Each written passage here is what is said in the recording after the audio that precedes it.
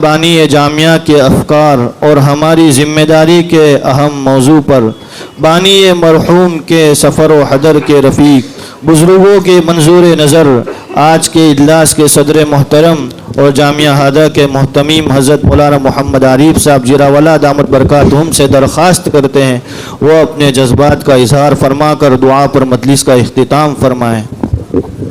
السلام علیکم ورحمۃ اللہ وبرکاتہ۔ نحمد و نصلی علی رسولہ الکریم، اما بعد، فاعوذ باللہ من الشیطان الرجیم، بسم اللہ الرحمن الرحیم۔ یا ایہا الذین آمنوا ادخلوا فی السلم کافہ ولا تتبعوا خطوات الشیطان انہ لکم عدو مبین۔ وقال تعالی فی مقام آخر، ما آتاکم الرسول فخذوه وما نہاکم عنہ فانتہوا واتقوا اللہ ان اللہ شدید العقاب۔ صدق اللہ العظیم۔ وقال النبی صلی اللہ علیہ وسلم، من تمسک بسنتی عند فساد امتی فلہ اجر مئۃ شہید، او کما قال علیہ الصلاۃ والسلام۔ وصدق رسولہ النبی الکریم، ونحن علی ذلک لمن الشاہدین والشاکرین، والحمد للہ رب العالمین۔ رضیت باللہ ربا وبالاسلام دینا وبمحمد صلی اللہ علیہ وسلم نبی و رسولا۔ معزز اساتذہ کرام و علماء کرام اور عزیز بچوں، آج ہمارا یہاں پر جامعہ ریاض العلوم کے عبادت خانے کے اندر جمع ہونا 10 سالہ تربیتی و احتسابی ابنائے جامعہ کے اجلاس میں جمع ہونا ہوا ہے۔ اللہ تبارک و تعالی آپ تمام کی آمد کو قبول فرماوے، دارین میں بہترین بدلہ عطا فرماوے، اور اللہ تبارک و تعالی آپ کو مزید ترقیات سے مالا مال فرماوے۔ انشاءاللہ امید ہے کہ آپ کے یہاں پر جمع ہونے سے بانی جامعہ رفیق محترم حضرت مفتی صاحب رحمۃ اللہ علیہ کی روح بہت خوش ہوگی انشاءاللہ، کہ انہوں نے جس مشن کے ماتحت اس ادارے کو قائم کیا اور جس مقصد کے ماتحت اس ادارے کو قائم کیا، جو بارہا اس سے پہلے بھی آپ حضرات کے سامنے پیش کیا گیا، کہ آج دنیا کے اندر جو دیندار لوگوں کے درمیان اور پڑھے لکھے لوگوں کے درمیان میں جو فاصلہ ہے، کہ دیندار ہے جن کے پاس دنیاوی علم نہیں ہے، اور جو دنیاوی علم حاصل کیے ہوئے ہیں ان کے پاس دینی علم نہیں ہے، تو لوگوں کو اسلام کا تعارف صحیح طور پر نہیں کرا سکتے ہیں۔ ایک حافظ، ایک عالم، ایک دین کا علم رکھنے والا اگر وہ کسی ایجوکیٹڈ آدمی کے سامنے ایسے لوگوں کے مجلس میں جائے گا تو وہ صحیح طور پر دین کی صحیح رہنمائی اور اسلامی تعلیمات کو صحیح طور پر پیش نہیں کر سکتا۔ اسی طریقے سے کوئی ایجوکیٹڈ ہے، اگر وہ کسی کے سامنے اسلام کی حقانیت کو پیش کرنا چاہے لیکن اس کے پاس دینی علوم نہیں ہے، دینی معلومات نہیں ہے، تو صحیح طور پر اس کو پیش نہیں کر سکتا۔ تو یہ ایک بہت بڑا خلا جو درمیان میں ہے، وہ کیسے پور ہو، اس خلا کو پور کرنے کے لیے بانی مرحوم کوشاں رہتے تھے، فکر مند رہتے تھے۔ ان کے اسفار کیونکہ ہندوستان کے مختلف شہروں کے اندر بھی ہوا ہے اور دنیا کے مختلف ممالک کے اندر بھی ہوا ہے، اس وجہ سے وہ ہر وقت فکر مند رہتے تھے، اور انہوں نے یہ تہیہ کیا، ان کے دل کے اندر اللہ نے داعیہ پیدا کیا، کوئی ایک ایسا نظام شروع کیا جائے جس سے یہ خلا پور ہو جائے۔ تو الحمدللہ اللہ تبارک و تعالیٰ نے حضرت کے دل کے اندر القاء فرمایا، اور اللہ تبارک و تعالیٰ نے اس نظام کو ان کے ذریعے جاری فرمایا، اور جس کے اکابرین امت نے سراہا، جو آپ نے رودات کے اندر سنا، تو الحمدللہ امید ہے اس سے جامعہ کے بانی مرحوم کی روح انشاءاللہ خوش ہوگی کہ اس جامعہ نے امت کو حفاظ اور علماء کے ساتھ، وہ حفاظ اور علماء ہے جنہوں نے دینی علوم کے ساتھ ساتھ دنیاوی علوم کو بھی حاصل کیا. اور الحمدللہ میں نے آپ تمام کو جو گوگل فارم دیا گیا تھا اس میں آپ لوگوں نے اپنی جو کارکردگی بیان فرمائی ہے، تو الحمدللہ ماشاءاللہ کوئی کمپیوٹر سائنس انجینئرنگ میں ہے، کوئی سی اے فاؤنڈیشن اور چارٹر اکاؤنٹنٹ کے اندر ہے، کوئی بی ٹیک الیکٹریکل انجینئرنگ کر رہا ہے، اور کوئی B tech in fire environment health کے اندر ہے، کوئی ڈپلوما ان آرکیٹیکٹ ہے، اور اسی طریقے سافٹ ویئر ڈیولپر ہے، M D I T computer course کر رہا ہے، کوئی H N D in D T cyber security ہے، M com B com L L B, اسی طرح C C A plus D فی M in I T course, diploma civil engineering, B A B B A B C A B pharma I T I B H M S, اور اسی طریقے سے بعض لوگ جیسے 10ویں اور 12ویں کے بعد اور حفظ کے بعد عالمیت کے اندر گئے، تخصص فی الحدیث کے اندر گئے، اسی طریقے سے مفتی بننے گئے.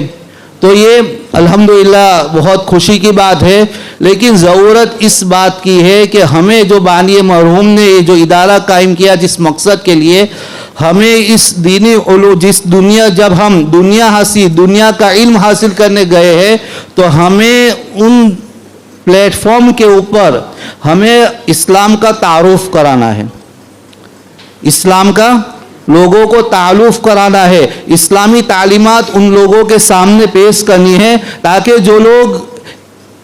جن لوگوں کے دلوں کے اندر اسلام کے خلاف غلط فہمیاں ہے وہ غلط فہمیاں کیا ہو جائے، دور ہو جائے.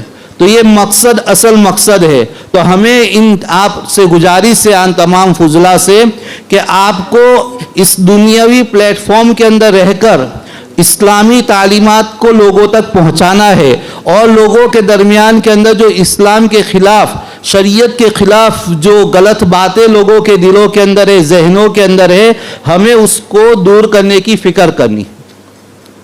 اس کے لیے سب سے پہلے ہمیں اپنے آپ کو اسلامی طور و طریق کے مطابق اپنے آپ کو بنانا پڑے گا. ہمارا ظاہری حلیہ بھی ہمیں اسلامی اعتبار سے ہمارا حلیہ بھی کیا ہو، اسلامی تعلیمات کے مطابق ہو.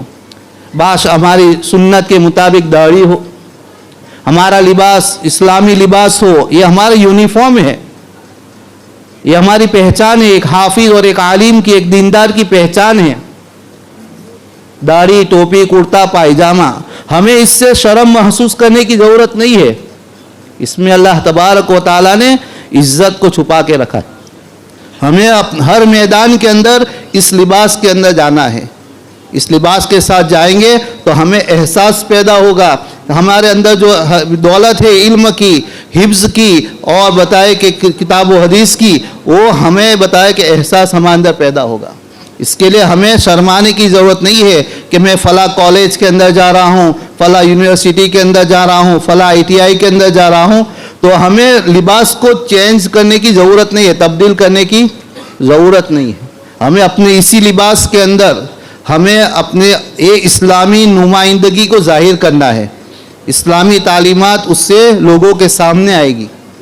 تو اس کے لیے سب سے پہلی بات تو یہ ہے کہ ہم لوگوں کے سامنے، ہم جس فیلڈ کے اندر ابھی ہے آپ لوگ، اس فیلڈ کے اندر ہمیں اسلام کی نمائندگی کرنی ہے، اسلامی تعلیمات کو لوگوں کے سامنے پیش کرنا ہے. لیکن سب سے پہلے ہمیں عملی طور پر اپنے آپ کو بنانا پریکٹیکل طور پر ہمیں اپنے ہمارے اندر اسلامی تعلیمات کو کیا ہے، زندہ کرنا ہے. یہ بات ہے اصل. تو یہ ہمارے جامعہ کا جو مقصد ہے وہ پورا ہوگا کہ ہمیں اس پلیٹ فارم پر جا کر لوگوں کو دینی اسلام کا تعارف کرانا ہے، اسلامی تعلیمات کو لوگوں کے سامنے پیش کرنا ہے. تو یہ بانی مرحوم کا جو مقصد ہے انشاءاللہ وہ پورا ہوگا. تو امید کرتا ہوں کہ انشاءاللہ آپ اس عزم و ارادہ کو لے کر یہاں سے جائیں گے، اور جس فیلڈ میں آپ جائیں گے وہاں پر اس بات کو مد نظر رکھیں گے انشاءاللہ. دوسری بات تو یہ ہے کہ جیسے ہمارے اساتذہ کرام نے جو باتیں بیان فرمائی، مفتی عبدالوحید صاحب نے پہلے قرآن کے متعلق جو باتیں فرمائی ہے، تو اس کے لیے تلاوت قرآن کے متعلق ہمیں ہمارے اکابر و اسلاف کے حالات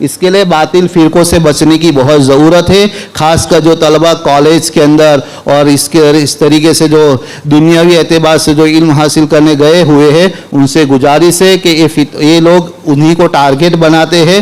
اس کے لیے اپنے آپ کو بچانے کی ہم کوشش کریں, اور جب تک اس لیے ہمیں اپنے اساتذہ سے تعلق رکھنا پڑے گا. ان سے رکھیں گے تو انشاءاللہ تعالیٰ اس سے کیا ہماری حفاظت فرمائیں گے. دوسرا جو پہلے کا دوسرا ساتھ یہ اسلامی تعلیمات ہے, اور اسی طرح سنتوں کے مطابق ہماری زندگی ہو, نمازوں کا اہتمام ہو, اور ہمارے لباس کی ہم حفاظت کریں. لباس کا اثر پڑتا ہے. ہم یہ نہیں کہ اللہ نے عزت رکھی ہم پینٹ شرٹ پہنیں گے تو عزت ملے گی, یہ کوئی ضروری نہیں ہے. اللہ نے اس کے اندر بھی عزت, ہمارے اکابرین کو دیکھے, ہم اس کو ہمارے لباس کے اندر ہم تبدیل نہ کریں. خدا کے واسطے ہم اپنے لباس کو برقرار رکھیں. ہم اپنے کم سے کم احساس پیدا کریں میں حافظ قرآن ہوں, میرے سینے کے اندر قرآن کی دولت ہے, میرے سینے کے اندر حدیث کی بتائے کہ نورانیت ہے. تو اس کے لیے ہمیں اپنے اندر اپنے لباس کو بتایا کہ بچان صحیح سنت کے مطابق لباس پہننے کی بہت ضرورت ہے.